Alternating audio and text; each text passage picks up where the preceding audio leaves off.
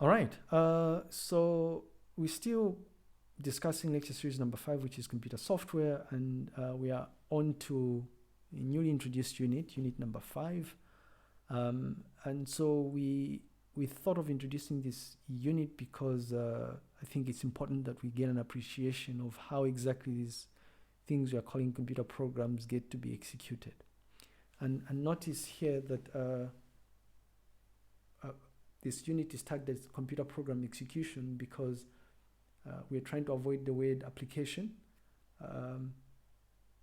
We're saying an application software is different from a system software. So in the event that I'm executing utility software, then I wouldn't be executing application software. I want to have a firm understanding of how computer software is executed. A program is a more generic term referring to all these different classes or types of computer software that we've discussed. Right?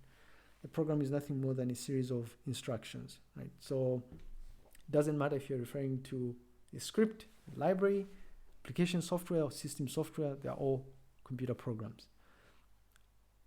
All right. Just a reminder here that you probably want to download the more recent version of the slides, just because the previous version does not have this particular unit. So the first thing one needs to do before they can actually execute a program is to make sure that they actually have access to it, and this would typically involve either just downloading it onto disk or optionally downloading it and then installing it onto secondary storage, onto disk.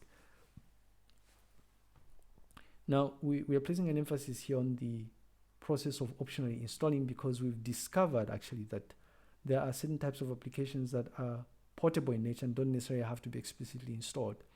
Even better are applications that perhaps maybe or may have been written in or implemented using so-called interpreted languages, in which case you wouldn't go through the process of compiling that piece of software or source code to get the executable, but rather just execute the source code the way it was written. Right?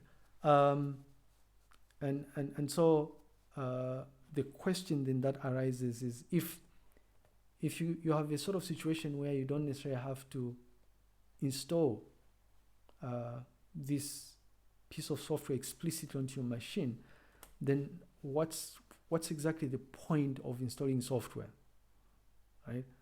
If we're saying the process of installing software is optional, why do we have to, or why bother installing the piece of software rather than just downloading it and accessing it the way it is? Well, it turns out that the reasons are both technical and non-technical. The non-technical reasons involve this whole notion of convenience. So for users that might not necessarily be power users, it is more convenient to install the piece of software and be able to access it as they normally would access other types of software installed on their machine. So as an example, if I install software on my machine, easiest way of gaining access to the software is I access the application launcher. So I'll just click it and then I'll navigate to the category of software that I wish to access. So if I wanted to access some utility tool that I would have installed, I go to the utility category and then I would open up the utility software, right? So maybe the calculator or something. On the other hand, if the application that I'm using was not explicitly installed, what I would typically have to do is I would have to navigate to the location where that particular software was downloaded and be able to run some executable file associated with that piece of software. So as an example here, I'll just showcase how I normally execute an application called Postman. It's a very useful developer tool that allows end users to interact with external APIs. And as it so happens, I actually downloaded that piece of software onto, if I can just go to Dolphin here, it's located in the downloads folder, and there we go, it's a first document here. So it's located here, and because it's not installed, I have to, every time I want to run Postman, I have to navigate to this location and execute it. And the way that I normally execute it is I will change directory to the location, which is here, right, Postman, and then I will run the executable file called postman. Once I run it, the application will normally come up like so, right? So you notice that the process that I go through is not as easy or intuitive as going through the application launcher here, right? And the reason why I have to go through the trouble of doing this is because Postman is not explicitly installed onto the computer, right? So convenience is one of the reasons why you might want to explicitly install software. So the technical reason why you might want to install software, though, is associated with this notion of other configuration files and supporting software that might be, or supporting files that may be associated with the piece of software, right? This is usually the case on operating systems like Windows, where registry entries have to be specified, right? So registry entries associated with that a particular piece of software. It becomes a lot easier if all of that is handled as part of the installation process rather than you having to manually do all those things. Right. All right, so once you download the computer and you install it, or optionally install it, for you to be able to use it, you execute it. And so you execute it by just accessing it as you normally would access any other normal application installed on your computer. And what happens behind the scenes when you execute an application really is that it's immediately from storage, because remember, when you download it and optionally install it, the installation takes place on the hard disk, right?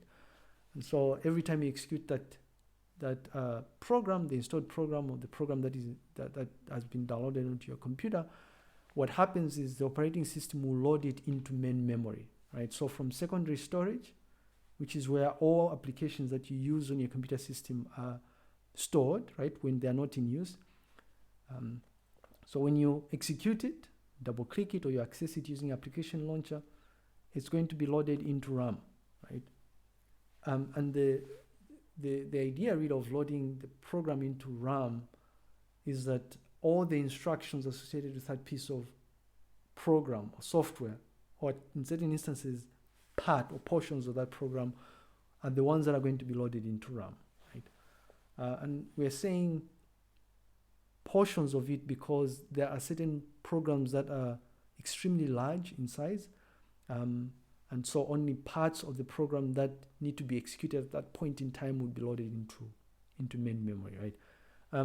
And really, what the computer would typically see in main memory is a sequence of ones and zeros associated with that particular program, right? So in this very basic example here, these ones and zeros that you see here would be instructions, right? Thousands and thousands of instructions associated with Chrome, right? So you double click Chrome, or you go to application launch and you open Chrome. Chrome will be loaded into RAM, right? Ones and zeros. And then from there, each individual instruction associated with Chrome will be executed on the CPU. And then you get back the result, right? So in fact, the execution on the CPU involves the running of individual instructions associated with the program that you'd be running at that point in time.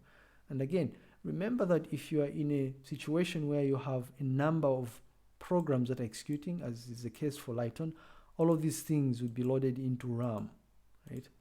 And the operating system's role would be to ensure that there's some time sharing mechanism employed as these instructions, as the instructions associated with all these different applications are being executed. So the instructions are actually executed one at a time. And really we'll soon discover that this is one of the reasons why CPUs will typically be tagged by metrics such as, this is a CPU that, and I wonder if I could do that. No, I can't. They will usually be associated with numbers like this CPU is associated with 2.5 gigahertz, for instance, 2.5 gigahertz metric. What that means is that giga, that's a billion. It's about 2.5 billion instructions are executed in any given second, right? So that's how fast your CPU works. And really, even though these instructions are executed one at a time, but because they are executed at a relatively fast rate, you have the illusion of thinking that this program is being executed as a whole, right? All right, so just to recap here on computer program execution, we were just briefly outlining exactly how your typical computer software gets to be executed, right? From the point when you launch it up to the point when you get back the result as it's being executed by the CPU. All right, so in the next unit, we will discuss software licensing. So I'll see you in the next unit. Thanks.